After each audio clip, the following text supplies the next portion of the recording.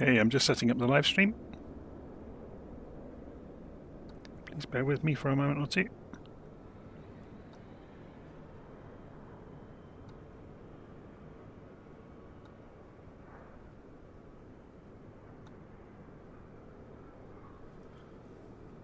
Okay, I think we're up and running.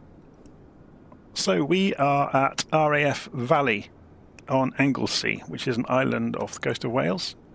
And we're going to have a look at the Miltech Simulations Boeing CH47D, commonly known as the Chinook in Microsoft Flight Simulator.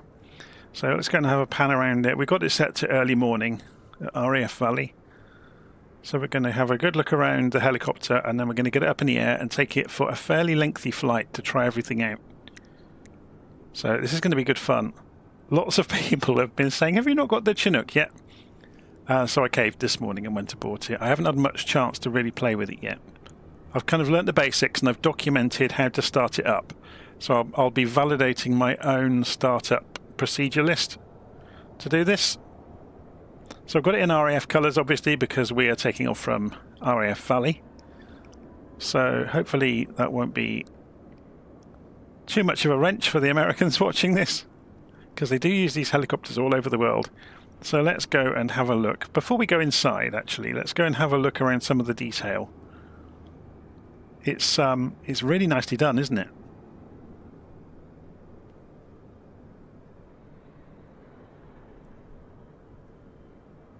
So if we go and have a look down towards the engines and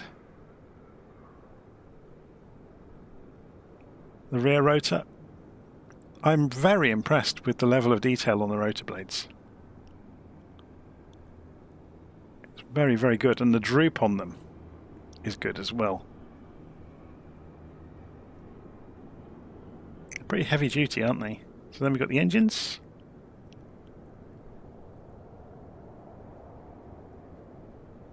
They've done a nice job with it, haven't they? There's the filters on the inlets.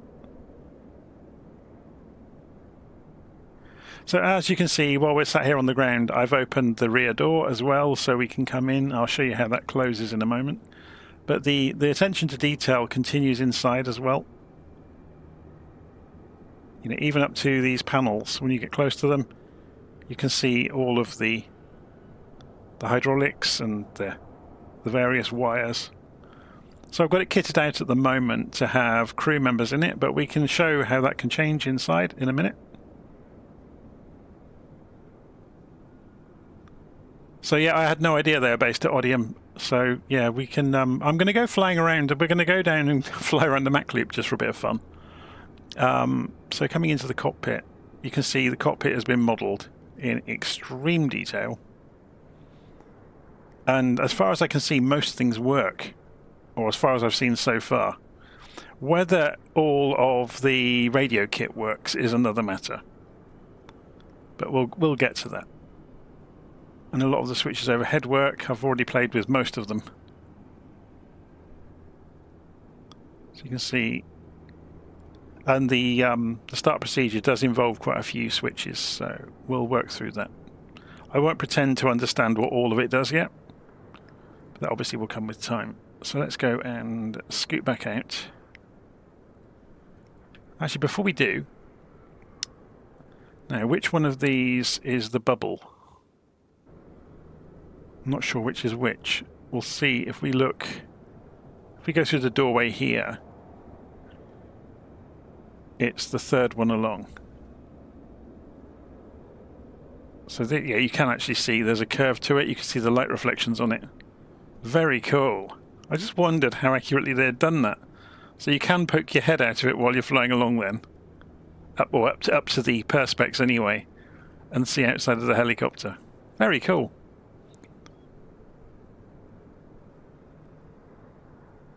Okay, so it's the Chinook. There's not a lot more you can say about it, is there? The CH47D. So we're going to go and get it fired up, and we'll have a fly around in it in a moment. So I'm just going to move my Xbox controller out of my way. And we'll press the insert key, which puts us back inside. So we're in the normal pilot view now. So you can see there is a quite surprisingly good EFB inside it. So you can switch the mapping to various different maps, and we can zoom out to see the local area. So obviously you can keep zooming out as far as you want to, and you can have satellite mapping on that if you want. You've got the loadout of the aircraft, and there's both the internal and the external loadout. So actually, if we do go and switch to the drone camera again, just briefly, what we'll do, we'll leave it here so we can have a look at the different loadouts. So if we go for the Humvee loadout, for example, you'll find out that there is a Humvee has been put in the back of the helicopter. If you go for a pallet, you'll see there is a pallet with various things, or a couple of pallets. If you go to troops, you get a whole row of very, very similar looking troops. It's probably the same model, isn't it? And if we go to medvac, we get a couple of casualties.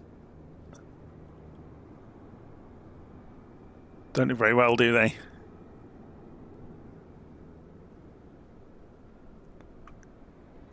Okay, and then if we go to boat, we will get a boat with a crew member ready to skid out of the back into the water, I guess. So I guess we would hover low over the water, drop the back, and then they would get pushed out.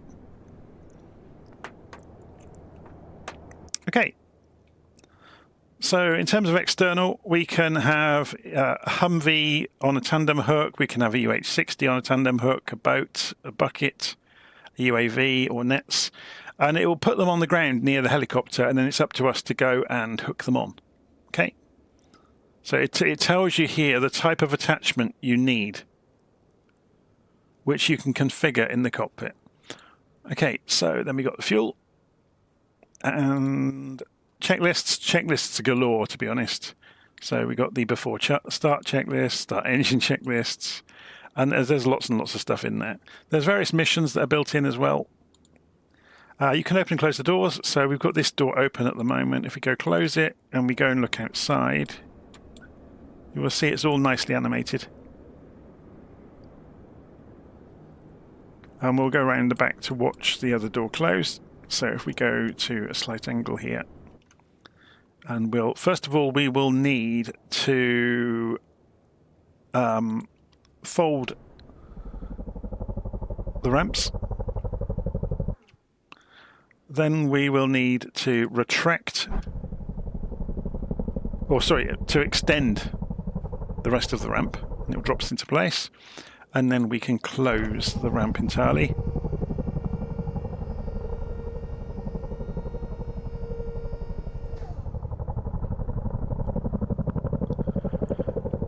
Okay. In terms of configuration, there's lots of stuff you can do with like showing GPSs in the cockpit and things like that. So I have got the PMS GTN 750 installed. I think we'll just go by eye today. We're not going to be doing anything too horrendous. And to be honest, it can't follow a flight plan as far as I'm aware. You've got heading altitude, so you can either hold barometric altitude or radio altitude, which is cool because that means you can do terrain following to an extent. So yeah, you can just use the heading bug to do that. So obviously you can just set your heading bug on the HSI. Obviously it does have navigation radios as well.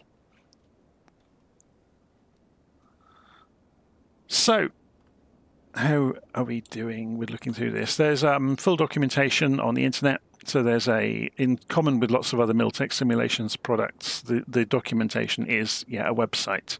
So it's not a PDF. I'm not sure if you can download a PDF version of it. I've not tried yet. Okay, so should we just leave that on the load sheet for the moment? Let's go and get it fired up, and then we can go for a fly and have a play with it. So Control 6 will take us overhead. We're going to go and put the battery on. And then APU to start.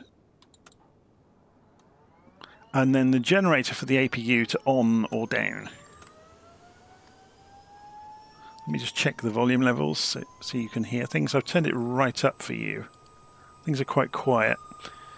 So the hydraulics section now at the bottom right, we're going to go and put the transfer switches to on. And the FADEC section, here we're going to go and switch BU power to on. So that's the backup power. And then overhead with control 8, so further overhead, we're going to go to the EAPS section and we're going to go and turn the engine 1 fan to on and the engine 2 fan to on. You can open the doors as well. I haven't read the documentation yet to see what impact they have on the engines. So on the fuel section in the middle, we can go and turn all the fuel pumps on. So all of the ones in the boxes basically. And then the crossfeed has to be opened because we start one engine before the other, and I'm just trying to get the right mouse. I've got 3 mice and 3 computers in front of me, and it's doing my head in. So we're going to start the engines. So control 7 brings us a bit further down. We're going to go and we'll do engine number 1 first. So we're going to go and extend this down to the GND setting in the middle. And then go to control 6, so a bit further down, and we're going to go and start engine number 1. So then we can come down in the cockpit and we can watch. It basically starts fully automatically from this point onwards. There's no interaction needed, but you do need to monitor the instruments, especially I haven't got damage or failures on, but if you don't get to kind of your idle position within 45 seconds, then you're looking for what's gone wrong. So you can see the pressures are coming up. You can see the fuel is starting to flow. We're going to sit outside.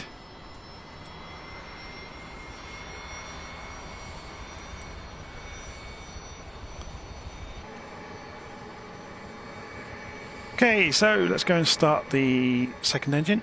So we go to GND on engine number 2, and then we flick this switch across to engine number 2. You can see, watch the needles coming up. So you're looking for the N1 needle first to get past 10%, and then it should all start to kick in. And that familiar thumping noise.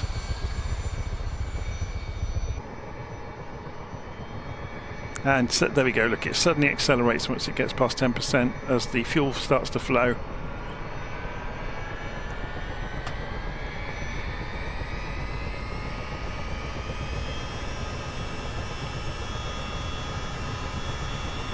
Okay, so once you're happy that both engines are running, we can extend both of the engine condition levers to flight.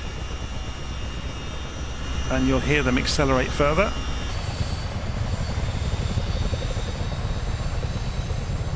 Okay, so then we can go overhead again. And we're going to go and put the generators on. So Gen 1 to on, Gen 2 to on. So we don't need the APU anymore, so the APU can come off here and off here. Left on the switches is upwards, right on the switches is downwards. It's a bit of a novel way of doing it, but it actually works quite nicely. And then down below, so control 3 takes us down to the console, and we're going to go and set the system for the flight control systems to both.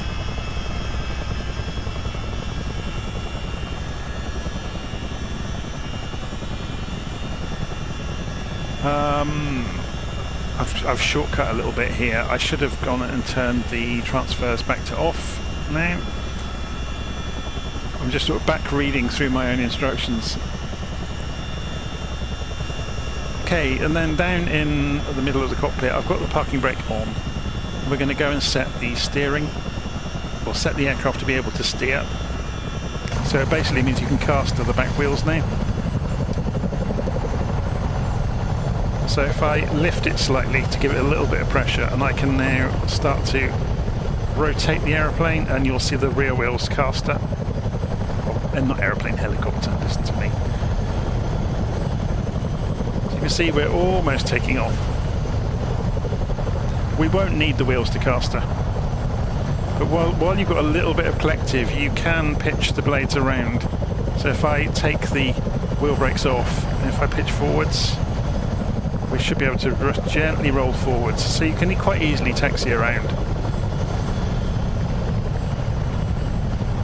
So now I've straightened up the wheels. Let's go and lock that again.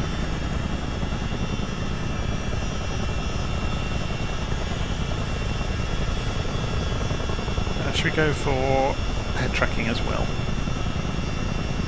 We can get the tablet out of the way, by the way, by clicking on the handle for it. So let's just slow ourselves down. Rolling across the tarmac quite happily here.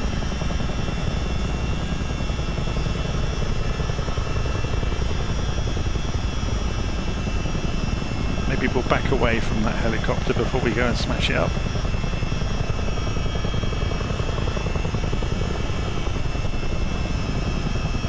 Go and have a little look around the valley. So we've started on the southern side of the runway, so this is where the Tucanos are usually parked. There's a couple of F-15s over there as well. Let's just stay away from those posts, say.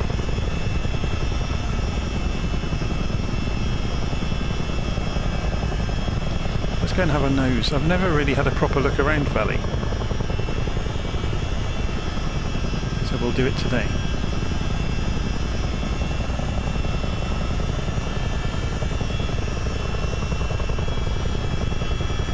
I didn't calibrate the altimeter either, I've just done it.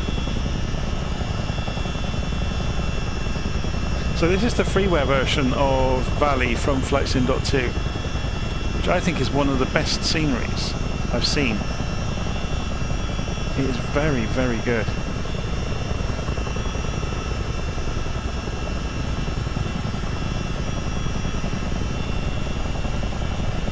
Sit up so we can actually see over the glare shield.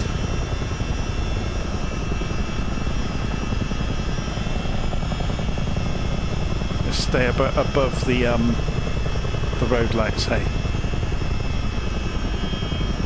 The attention to detail here is fantastic, isn't it? Now let me just check the volume levels. Can you hear me? Yeah, I'm going to turn the helicopter down a bit. Or turn the simulator down a bit, I should say, so you can hear me over it.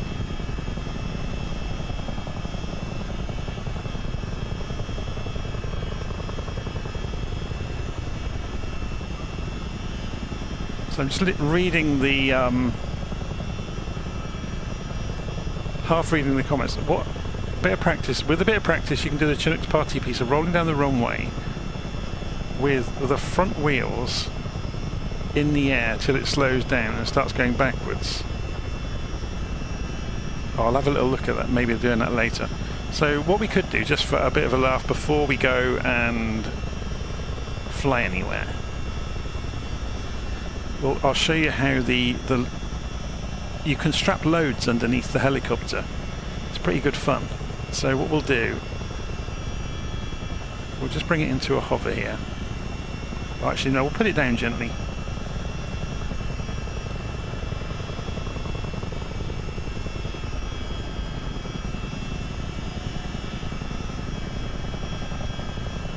If I can get it to stop.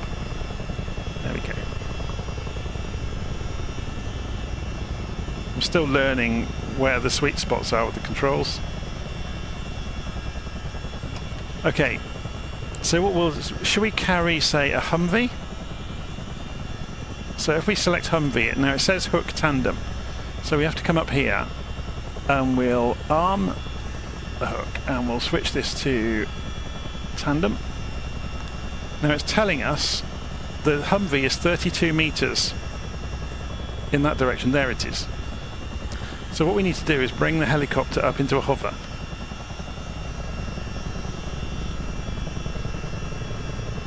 And you're looking to put the helicopter to get that red dot into the middle of this radar and to get to the appropriate altitude for the loading crew.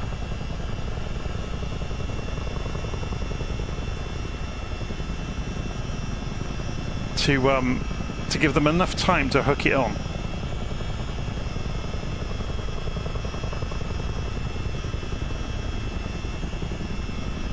a bit forward of it, so let's just retreat slightly.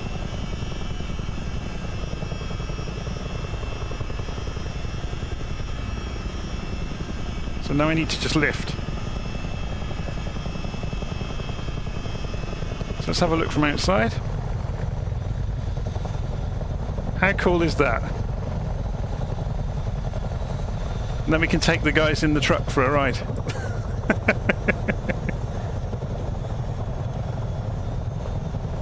So where should we drop them?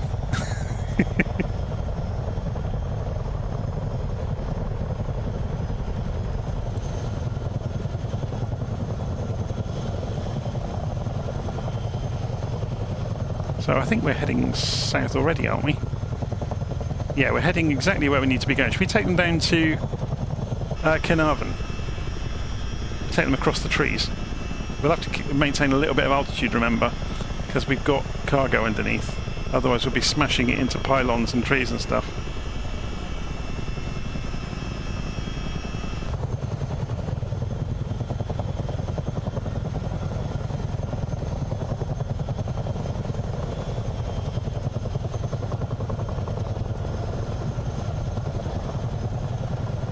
So it does require a little bit of practice with flying helicopters to be able to do, you know, the accurate hovering and lifting. But it's very rewarding. You know, when you get it right, you kind of give yourself a pat on your own back for doing it. It makes you appreciate just how good the real pilots are. But then they can look around, so they've got visual reference of if the helicopter's moving, and they can feel it, which we can't, of course.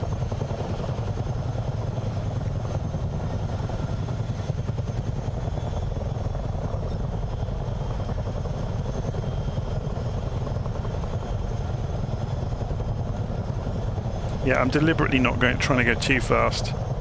I know we can lose the cargo. I had that happen earlier. I was flying around in circles earlier, seeing how much I could make the cargo sway when I first tried it. So we'll just keep an eye on the speed. Yeah, we're doing 130 knots at the moment, 120. So we'll just bring that back a little bit. You just need to be careful.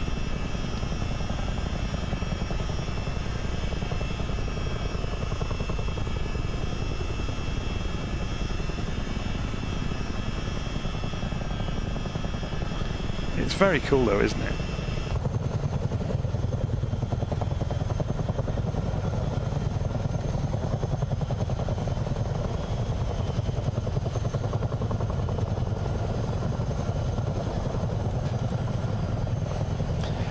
I believe if you try to swing the cargo too far, it will fall off. And I don't really want to smash up the Humvee.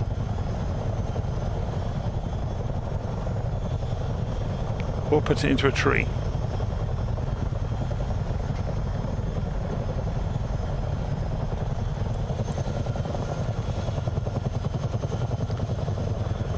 Okay, so where are we?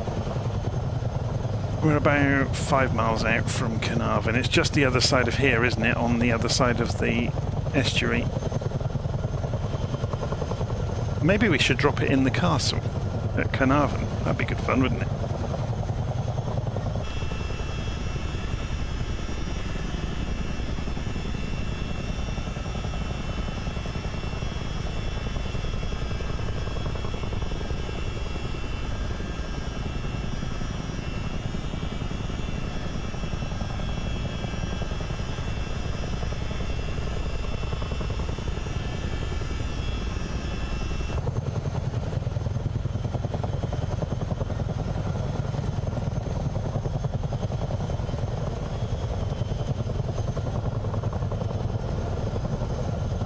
Very, very cool. This is running on a 3080 RTX in response to the comment there in the live stream. So this is still my old PC. This isn't anything special.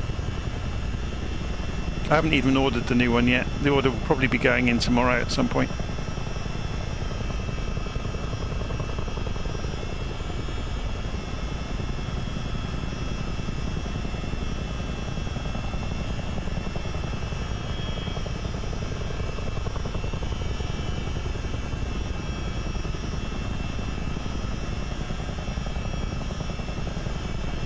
Okay, let's have a look outside.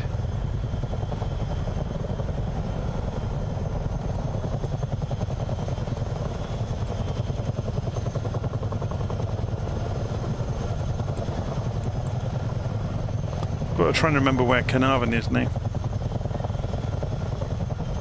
Let's have a look at the map, make sure we get this right.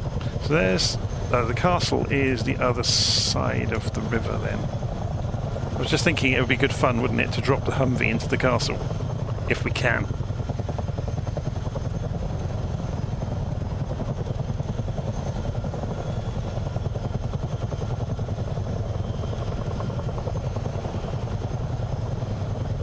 Or land it on a fishing boat.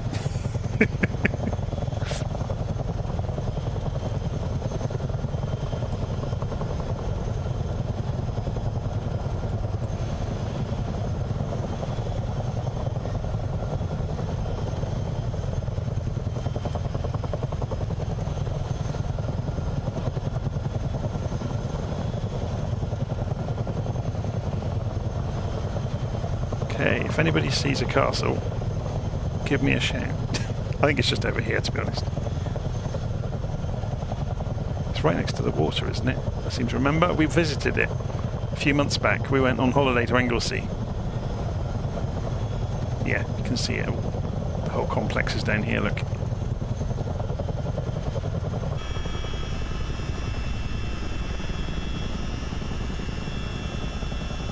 I think the walls might be a bit high for me to get in to drop the Humvee in there. We might have to go and put it on the lawn or something nearby. Although it's in the town, isn't it, the castle?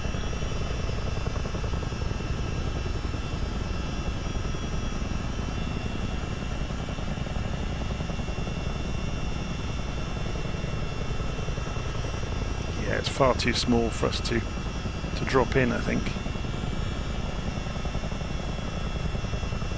We can put it in the car park, maybe.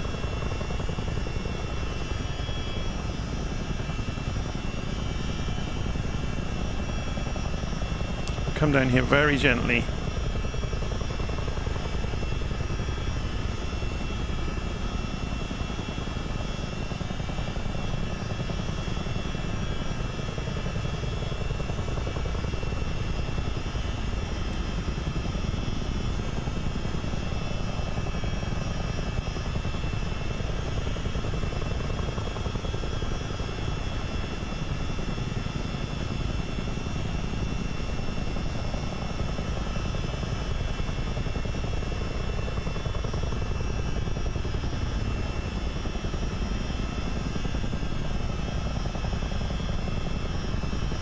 Can't actually see.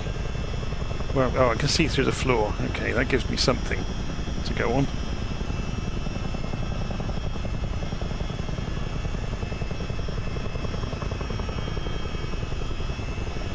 Okay.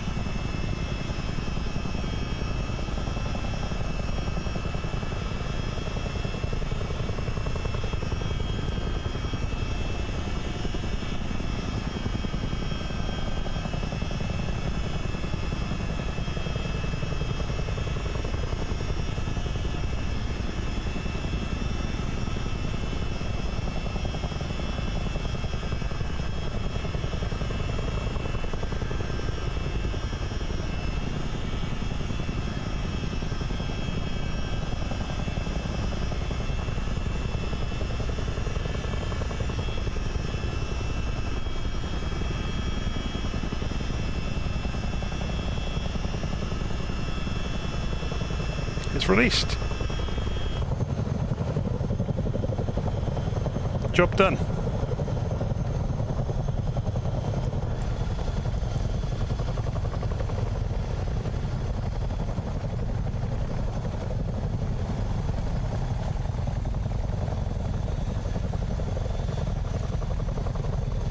Yeah, I think any hope of getting inside those castle walls with these great big blades, it might be a bit of a tight fit.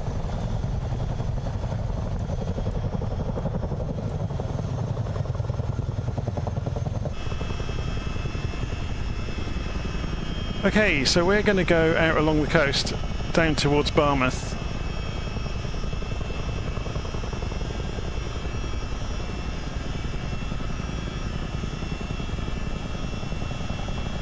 and have a fly around the Mach loop, which I thought might be good fun.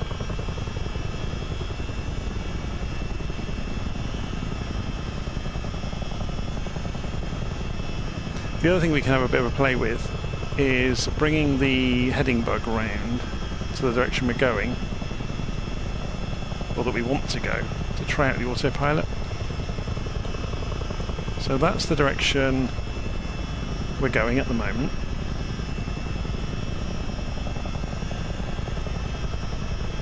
So I'll just bring the collective back a little bit. So if we just say heading mode and barometric altitude mode, that means it will stay at the height we're at. So let's keep an eye on this. So there's the vertical speed. So we're at coming up for 1,000 feet, yeah, 900 feet by the look of it.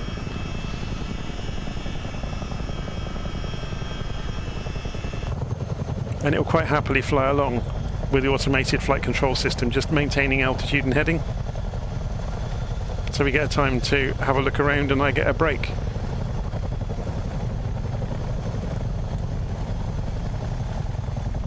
We have company.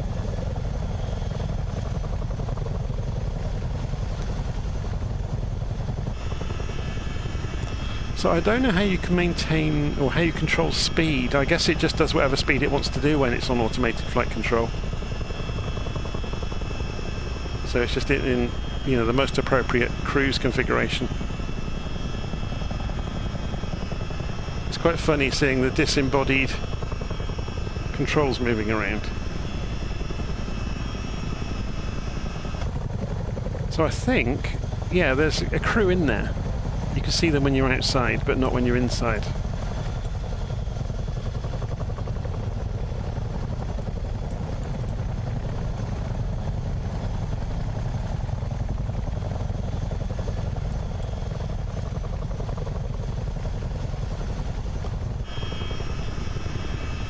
So we're carrying on along the coast. Let's have a look at the map then while we're on autopilot. Oh, we're going the wrong way. So we want to turn to 160 degrees. So we can do that now just by using the heading bug.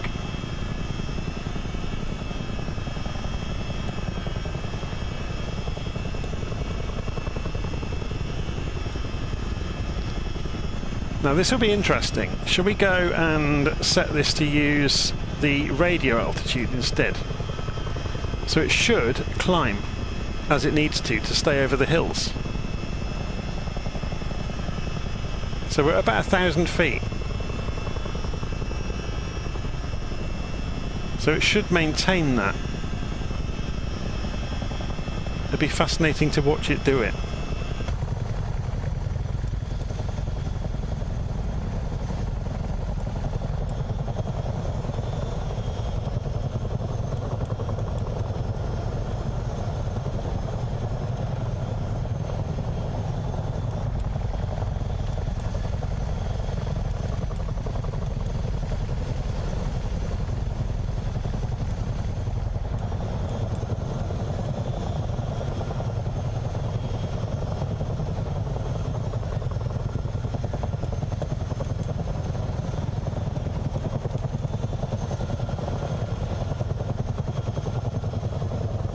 So let's watch this from inside and see, because obviously I can switch things off very quickly.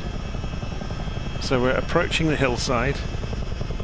Is it going to move the stick? It is. Oh my word. That's like magic, isn't it? It's not going to do it quickly enough though, is it?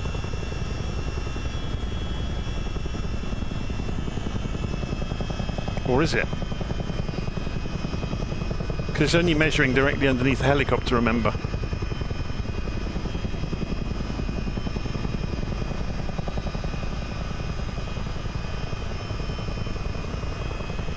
That was a good test in a way, wasn't it? To see how it reacts.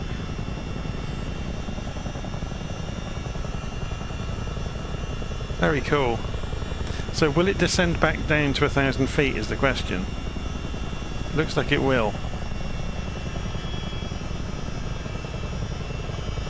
So we want to... It's not going 160 degrees though, is it?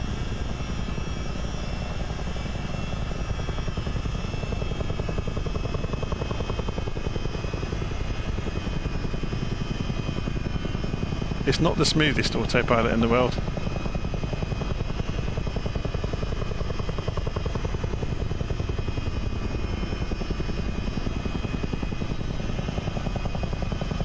Nor is it the best at following a direction.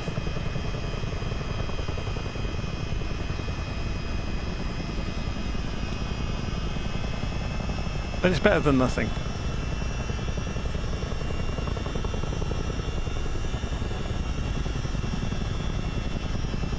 Let me turn the head tracking off for a moment.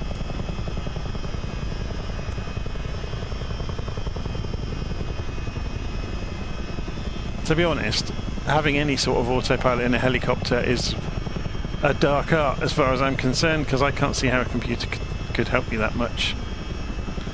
But it's doing its best. So we're going over towards Lambeda, and then we'll go into Barmouth. Yeah, it's no good at flying a direction, is it? Should we go and let it off the hook and take over? So take that off. Maybe we just steer and let it control altitude.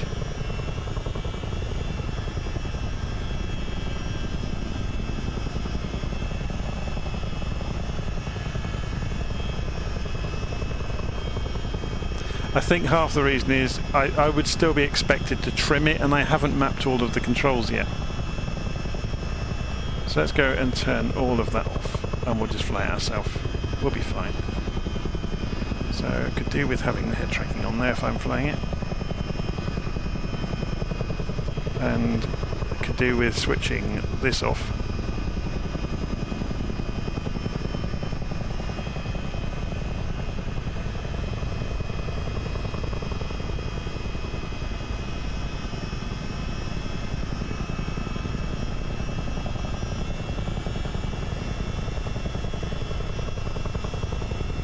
Get a bit lower to the water so we can see it.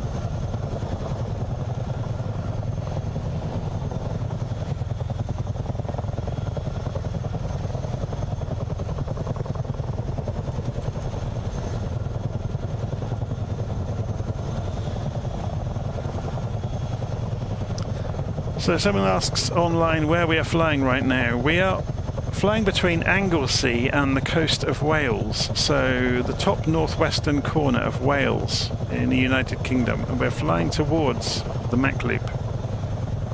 I thought it might be good fun to go and fly through the hills at low level and nice and slow in a helicopter. Seemed like a good idea at the time. So if we go and turn that autopilot back on, we're going more or less the direction we want it to be going. So we just ask it to maintain that, the altitude and direction we're going. It's just not very good at manoeuvring. I think it's better to get yourself going the direction you want to, and then it will obviously hold quite handily.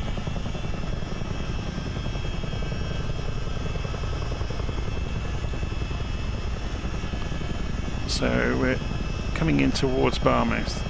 So if we go and ask it to go a little bit to the right,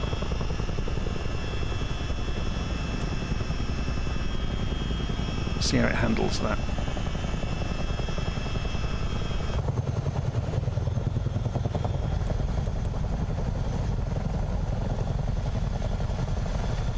So should I put my searchlight on the front? Not that it really does much, but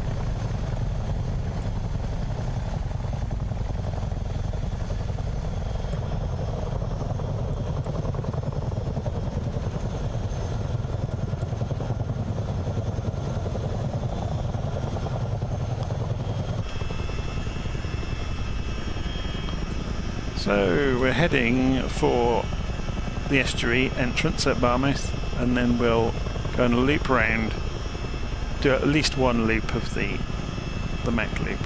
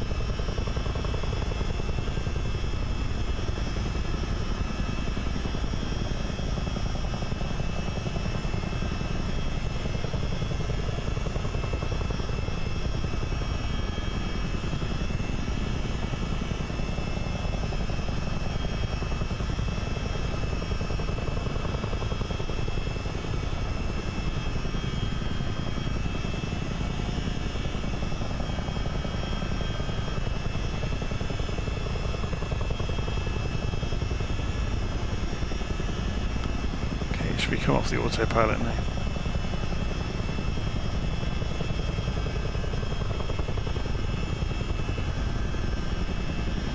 And put head tracking back on. There we go.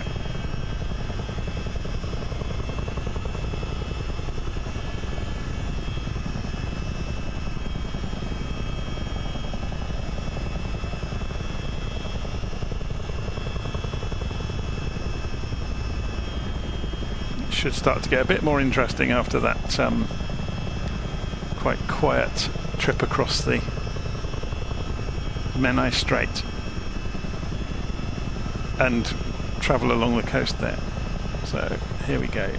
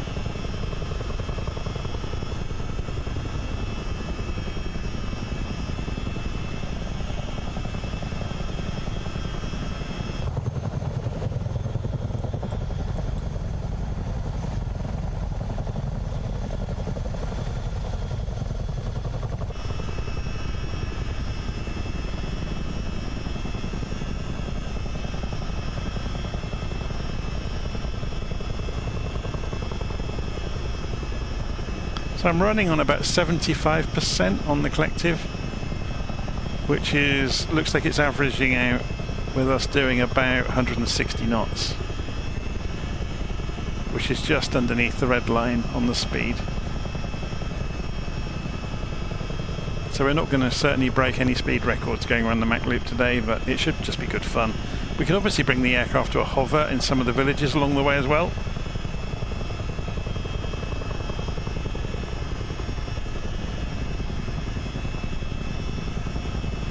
I will admit I've never gone around the Mach loop in a helicopter before, so this is going to be a new one on me. Should we shunt ourselves across a little bit into the middle of the cockpit so we get more view of the landscape? So I've got the weather set to early morning and just a few clouds, so we should have pretty unobstructed visibility on the way around.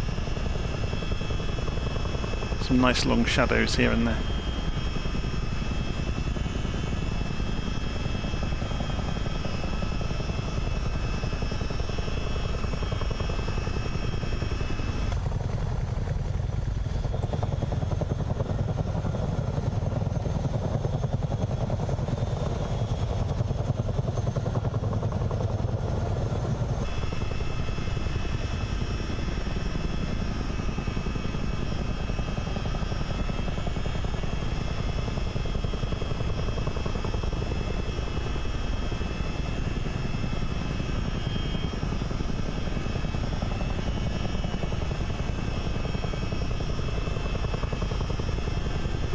I notice in the bits of video I've watched so far, the Mac loop is in the new sim as one of the challenges, isn't it?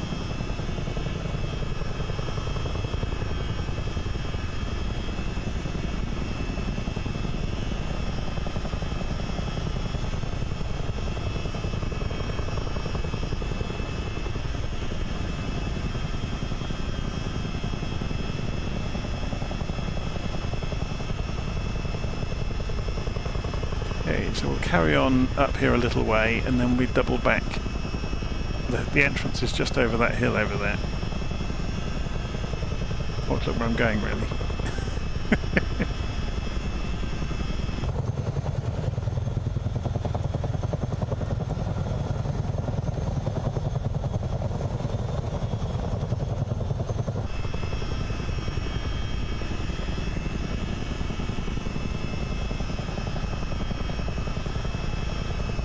Okay, so when we get to this hill here, we'll go around the back of it, I guess.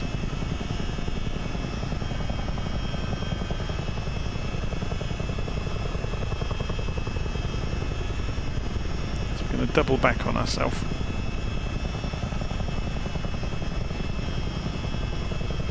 There's the entrance over there, look.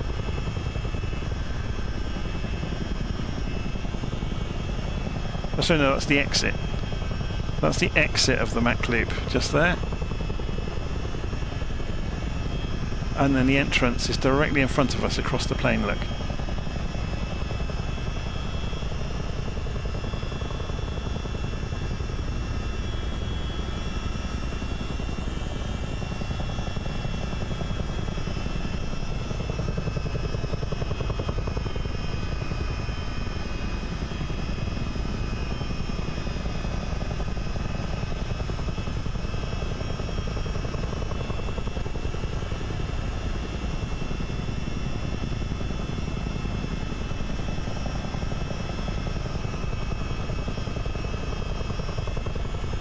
Here's our shadow.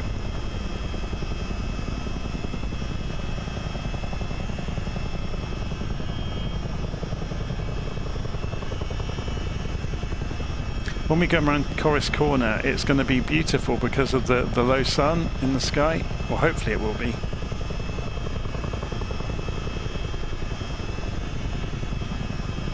It'd be interesting to get a bit of a different perspective, I guess. Especially once we get down to Panpertog and round some of those tight corners. Yeah, it's going to show up the scenery problems as well though, which is a bit of a shame.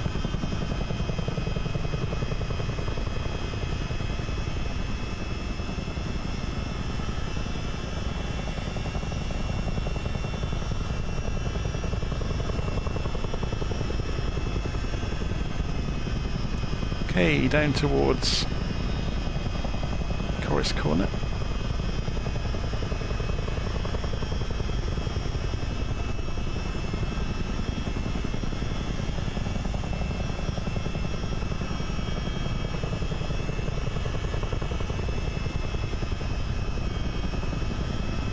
And we need to climb. We carry loads of speed though.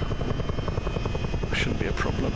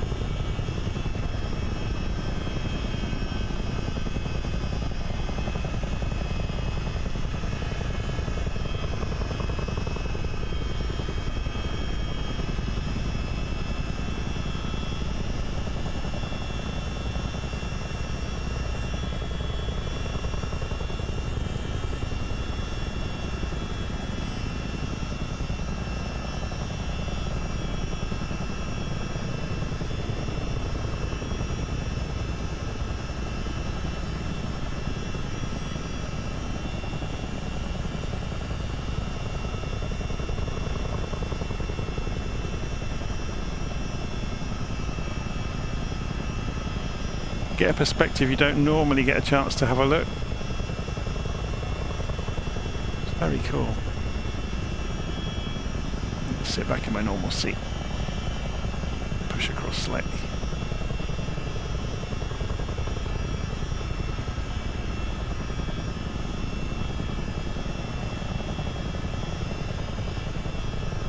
See, normally you wouldn't come down here with an aeroplane. You'd scoot across the top of here.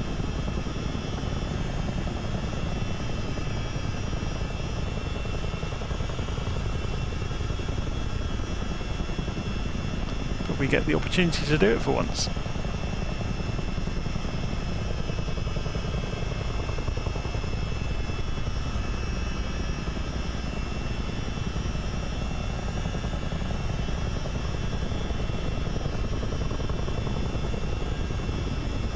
Okay, so our exit point is over here.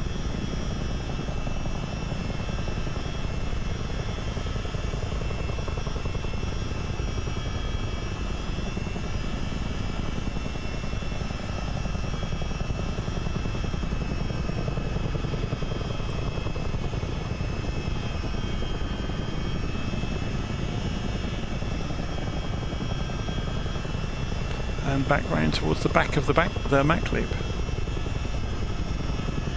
So this is around the end of this hill is the town the Mac loop is named after, which is, now I'm gonna murder the pronunciation. It's Machynlleth. So we're going to turn here, but let's bring this to a halt so we can actually show the town, because it always gets completely missed by people because they go whistling past it.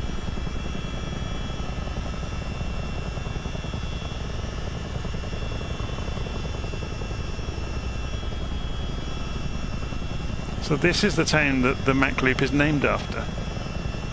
And I guess the people that live here get absolutely sick and tired of seeing aeroplanes whistling down here, doing high G bank corners round here, and shooting off up the valley. But I guess it's a way of life for them. They probably don't even notice it. I used to live next to RAF Bryce Norton when I was young. And during the time when the B-52s were there with the US Air Force, and you kind of tune it out of your hearing, and then people would visit the house, and you know, the windows would rattle or whatever else, and they'd say, "What on earth's that?" And we'd turn around and say, "What? What are you talking about?"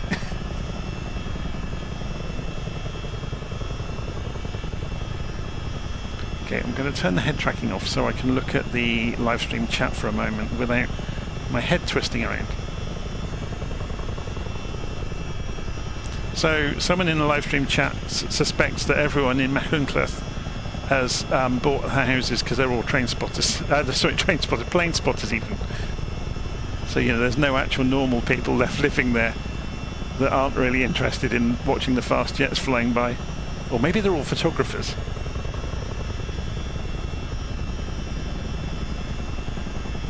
It's good fun, isn't it, following the nap of the land in helicopters?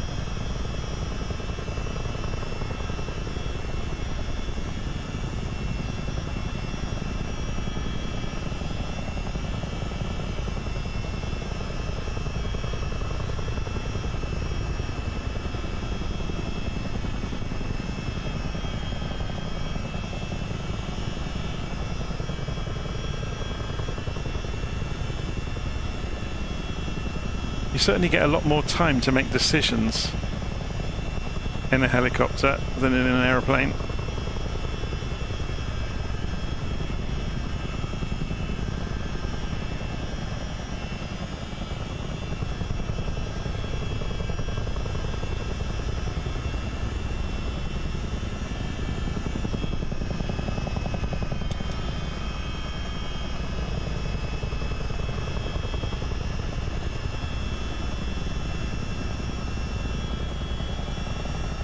If we get a fairly long field, I'll drop down right into the grass so we get to see it whistling past. It's a fairly good one coming up, look.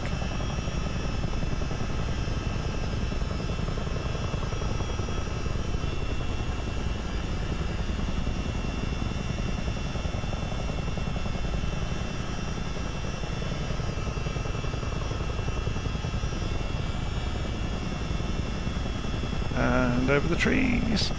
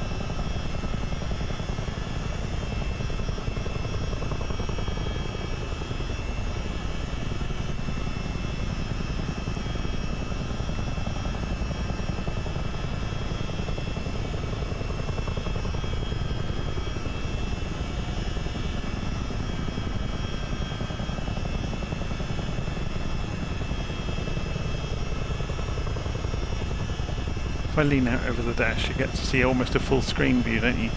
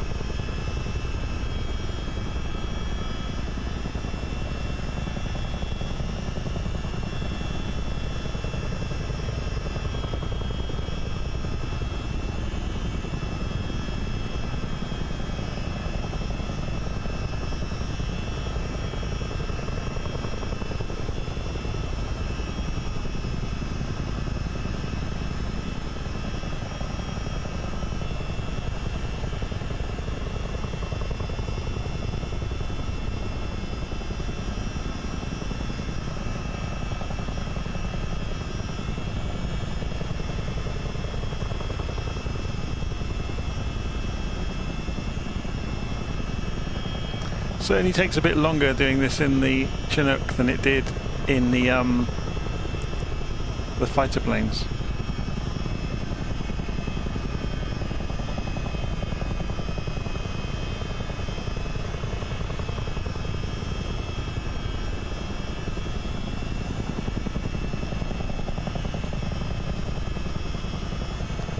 Oh, we can see our shadow down there.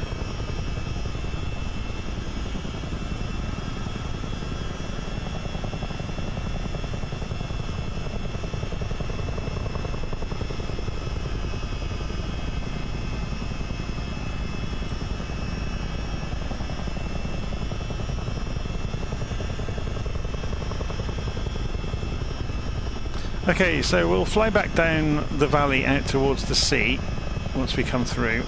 We'll cross the plain again, and then we'll carry on down across Wales.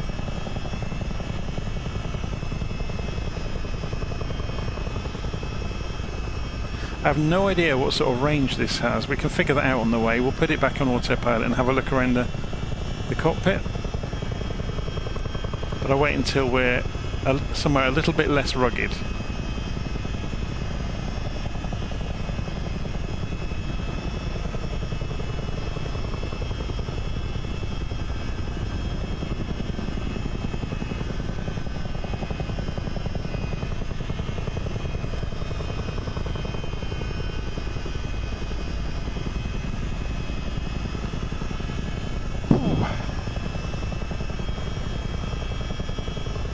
Can you get an outside view? Of course you can.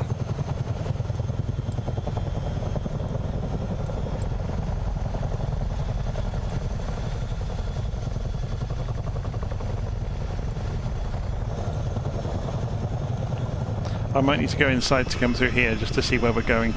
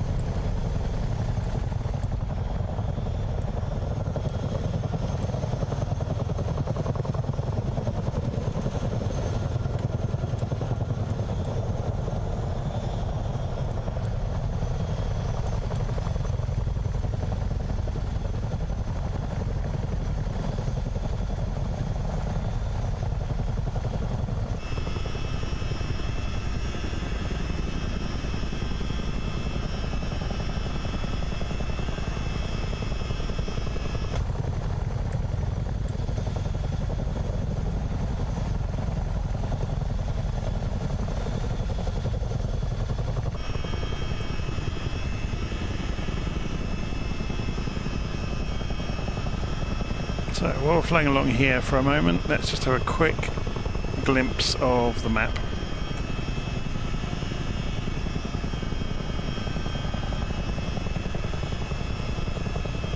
So we're going to come out along the hill and then turn 180 degrees once we get to the coast. And at that point I'll put the autopilot on for a bit. Give my hand a rest that's been holding the stick for the last little while. It's quite mentally taxing flying a helicopter, especially doing detailed things. More so than an aeroplane.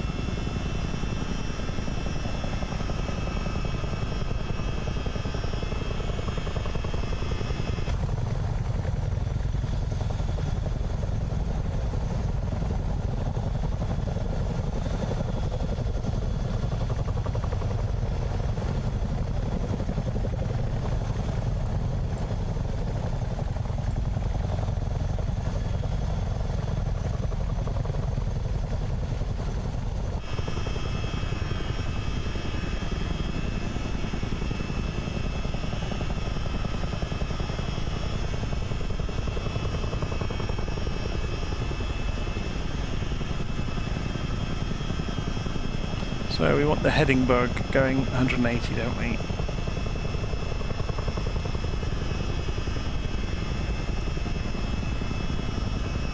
And then we'll line it up with it and then switch on the autopilot.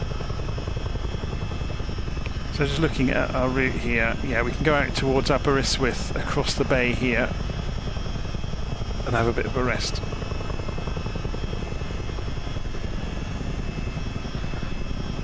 So Chili Soup is saying he's been meaning to Google the loop. The Mac loop is fantastically accurate in the simulator. There has been, I think, special attention has been given to the area, and it will have been improved again, I'm guessing, in 2024. But even in 2020 it's very good.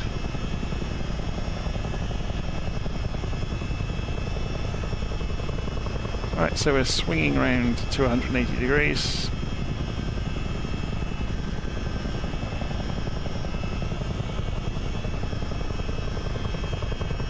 At which point I'm going to be rather crafty and I'm going to ask the helicopter to mind its own heading and mind its own altitude using barometric altitude, so I can have a rest for a bit and we can play with the views and admire the scenery. So we turn off the head tracking for a few minutes as well, so I can look around and read the live stream comments without the head dipping all over the place on the screen.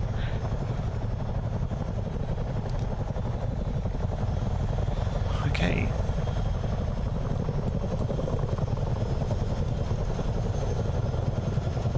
Let's see if it's actually going to track. It looks like it's tracking against the wind, which is rather clever. Unless it's just not very good at tracking. Let's have a look inside. So it's doing a pretty good job. So let's just find out what we've actually got here. So we've got engine torque, rotor RPM, HSI mode, TACAN, ADF, VOR. So we can tune in some VOR beacons if we wanted to. That might be good fun. There's Brecon over there. 11745. So I guess we need to find the VOR radios. So where are they? There's TACAN, which we haven't even turned on.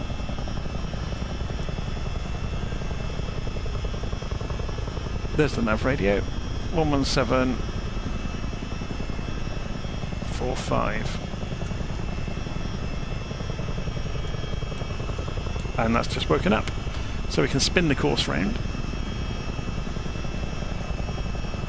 Oh, is that going the right course already, isn't it? I think.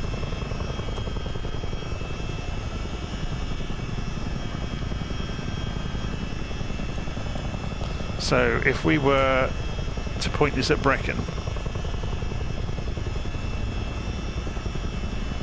so it's about, yeah, about 30 degrees off our nose, which is correct. And we've got DME as well, that's useful.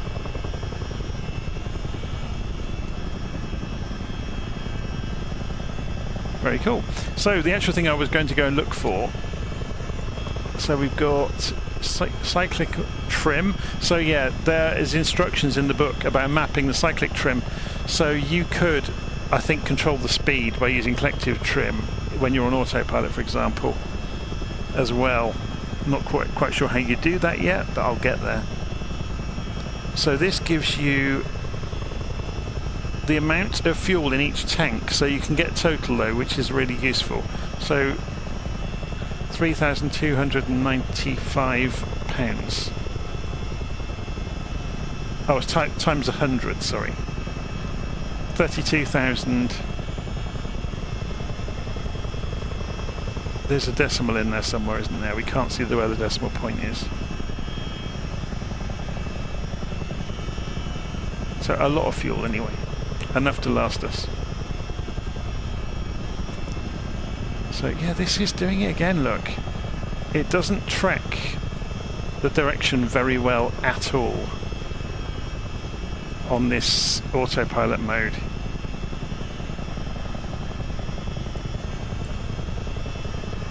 So if we were to tell it to turn a bit further left,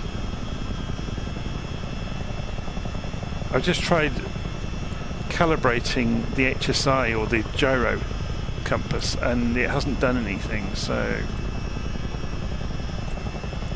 I'm just seeing if we can force it. So I ask it for 150 degrees even though we're looking at 180 on the map.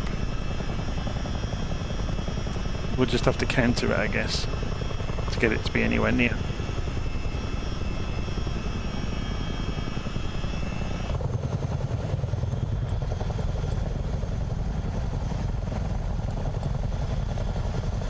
It's a trawler that's just gone out, that we've just passed over by the look of it. A great big one.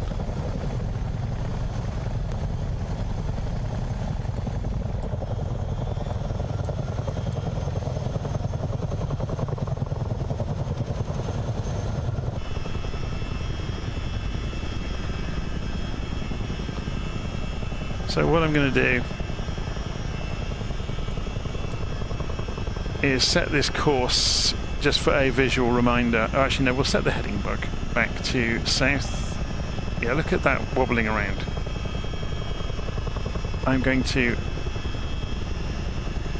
disengage these supposed helpers which are trying to crash the helicopter and fly it myself.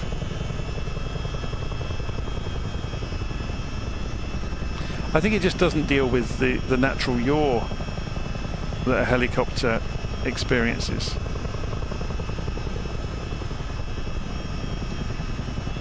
There we go.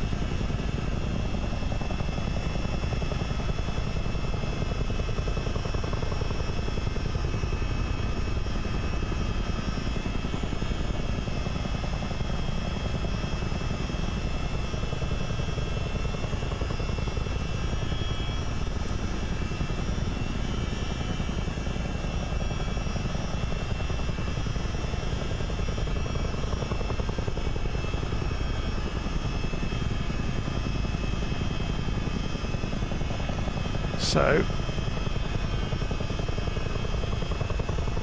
get back on track.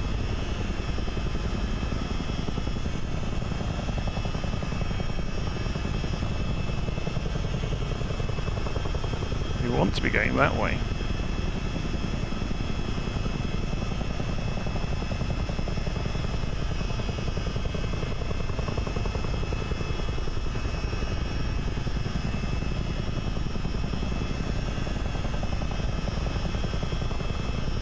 So we're coming down to, oh crikey, what's the name of the place? Swansea Airport. It would help if I looked where I was going, wouldn't it?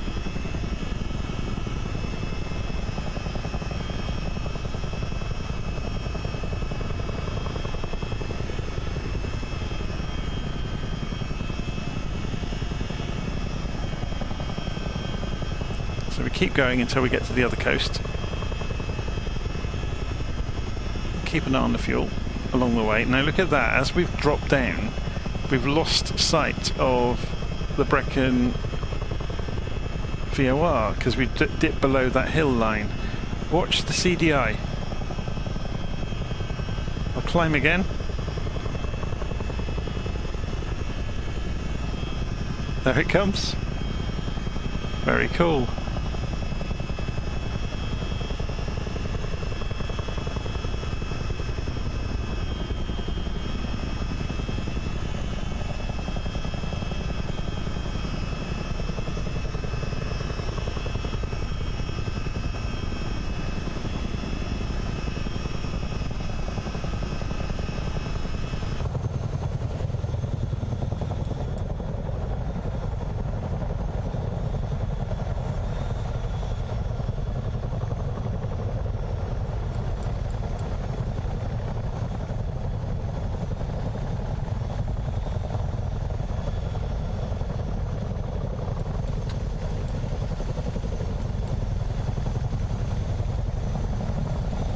Yay, we've got 3 of us now.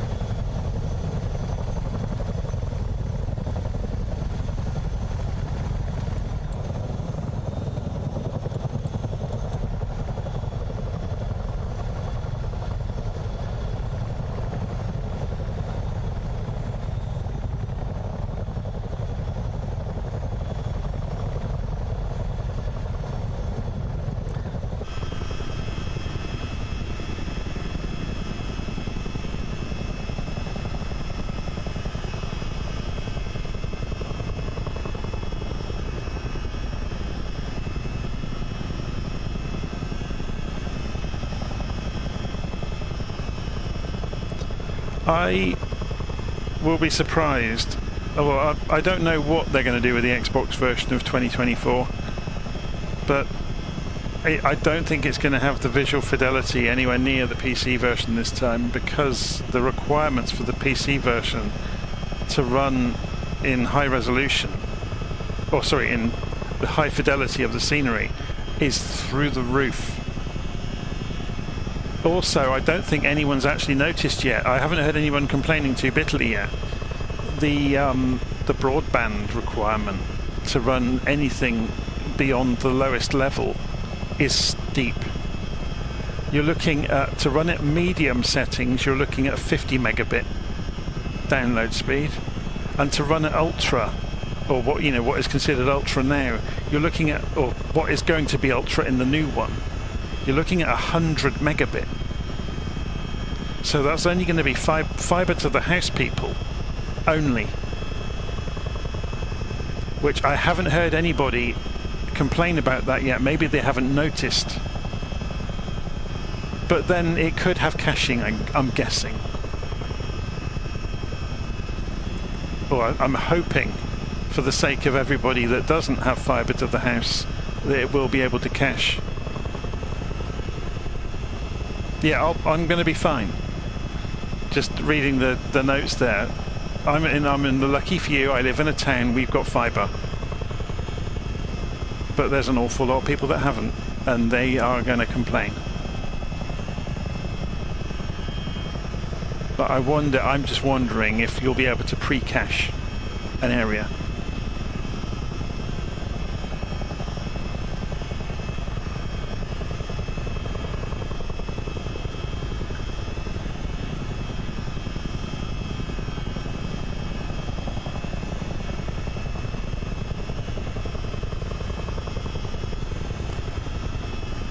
Okay, how are we doing? We're well over halfway across this leg towards Swansea. So I've got the scenery for Swansea, the airport that was developed. I forget who it was that developed it. I'm not sure if it's Burning Blue or somebody else, but it's very, very good. Should we skim this hilltop and get close to the grass?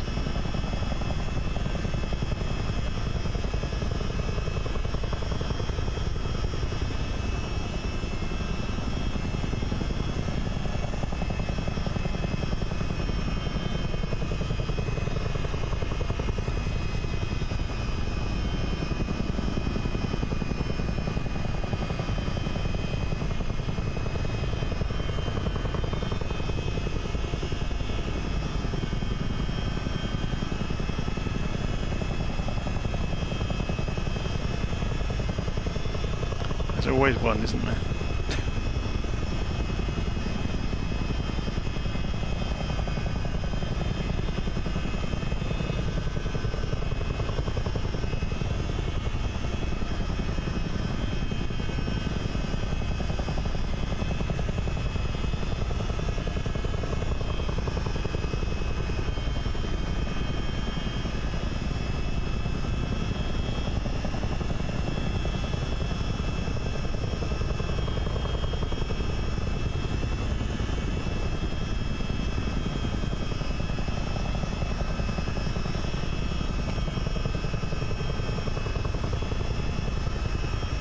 Let's go 180 again. If we follow valleys all the way, we'll end up doing twice the distance. The straight line part of it.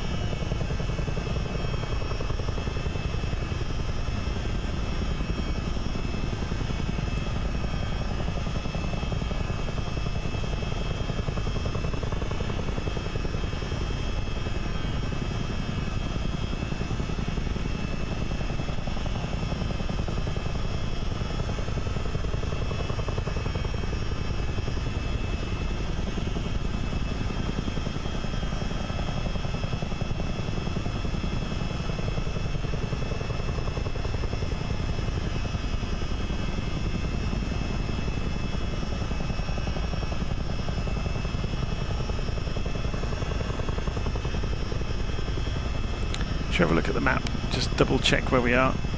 Yeah, we're doing okay.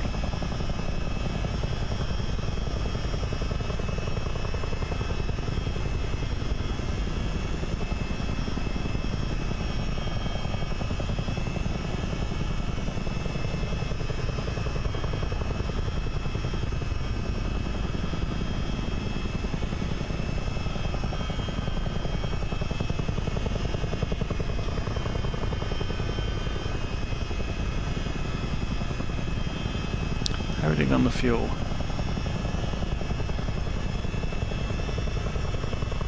Lots still.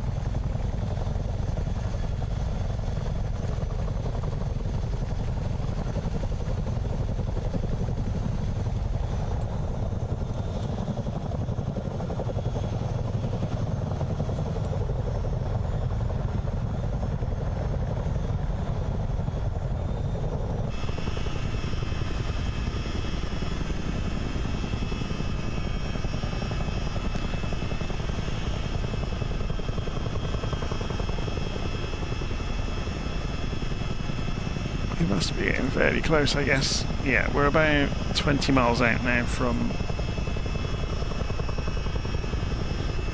Swansea.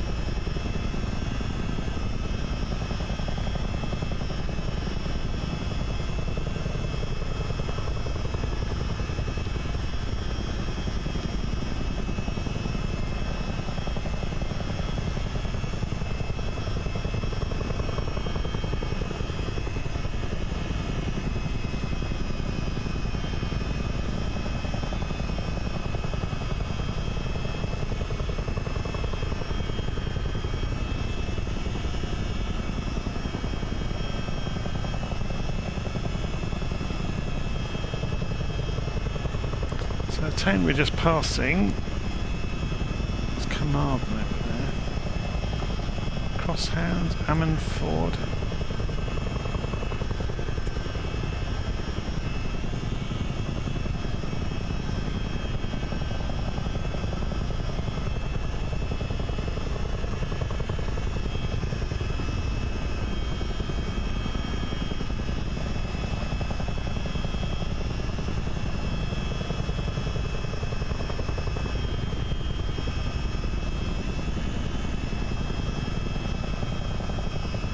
So what I might do is put the helicopter down for a few minutes at Swansea and go and grab a coffee, stretch my legs, and then carry on with the flight a little bit further.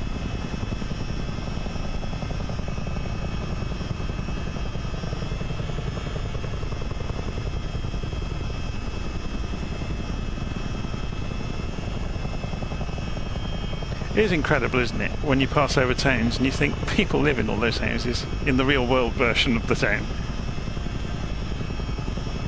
And you can be out in the middle of nowhere, you know, in like Tibet or Mongolia or wherever it happens to be.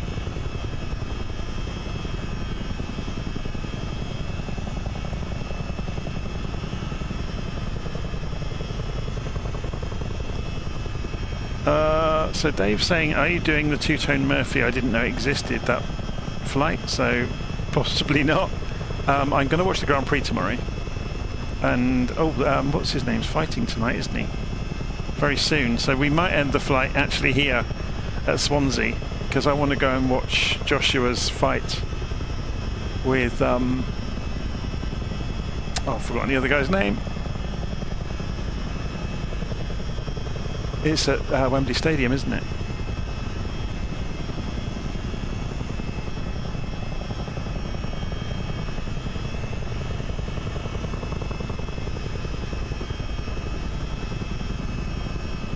Okay, we're going to have to have a look out now for Swansea. Okay, it's across the water on the other spit of land, so we'll carry on fairly straight for a while. Follow the estuary down.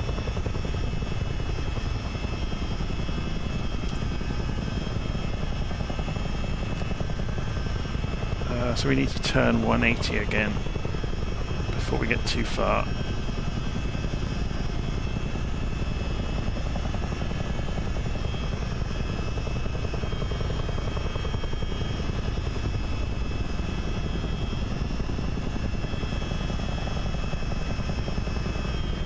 I was watching a demonstration earlier of some of the changes in the weather generation in 2024.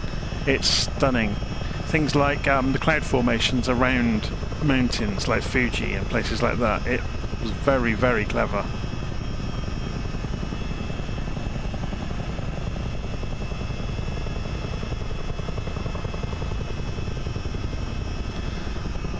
So if we keep an eye out, we'll end tonight's flight at Swansea, but we'll go and try and land quite nicely down near the terminal building, because I've got the scenery for Swansea. So it should look really good. This is really just a proper test to take this Chinook for a longer flight, because all I did earlier was, you know, hopped around in one little airfield and played with the winches. Was, you know, picking things up and dropping them. Or not with the winches, with the ropes.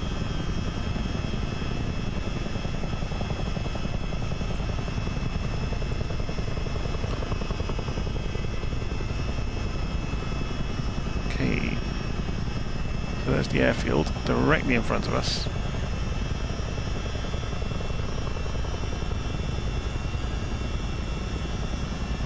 Sit up.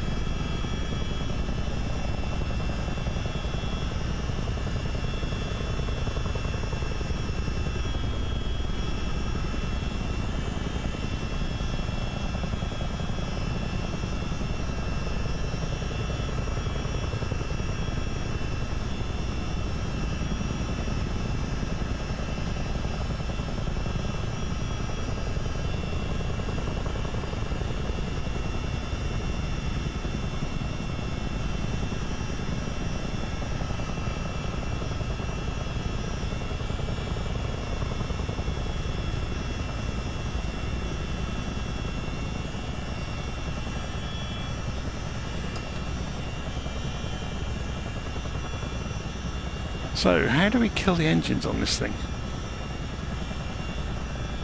I've not actually looked that up yet.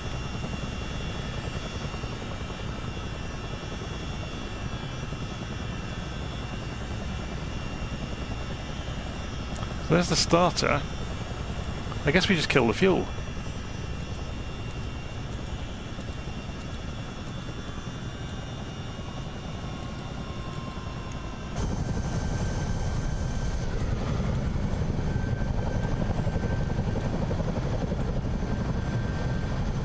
Oh, I nearly had the sign with my blades, didn't I?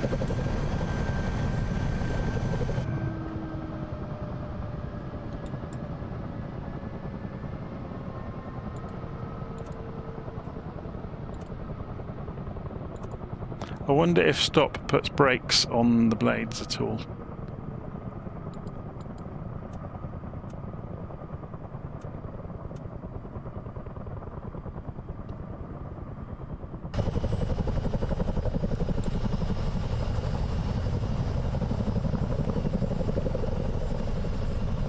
Oh, someone's playing games with rolling around on the wheels.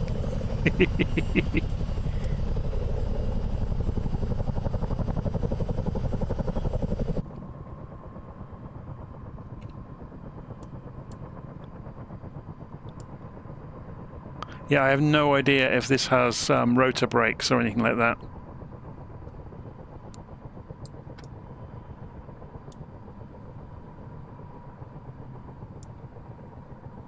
I'm not sure that it does. It would take some colossal brakes, wouldn't it, to slow these blades down? But I need to go and read the manual, really. But yeah, that was an interesting first flight with it. It's good to take it for a proper run.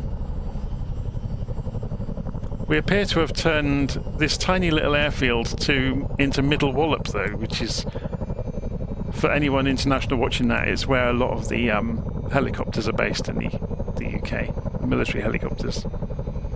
We've got some sort of a invasion happening by the look of it.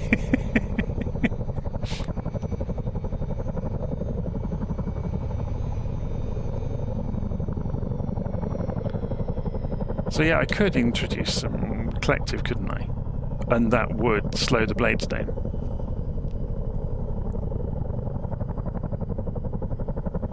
It's very good animation, isn't it? Very, very good. Right, hopefully everybody enjoyed that. So I'm going to go and watch the boxing match tonight. It's Anthony Joshua and Daniel Dubois, isn't it? At Wembley Stadium. And then tomorrow is the Grand Prix. Hopefully Norris will close the gap on Verstappen and turn the rest of the championship into a proper fight. But let's see what happens, eh? Right, I'm going to sign off for the night. Thanks ever so much for watching. If you're interested in this Chinook, it is fantastic. Boxing's already over. Anyway, I'm going to sign off. I'll see you all again soon. Take care.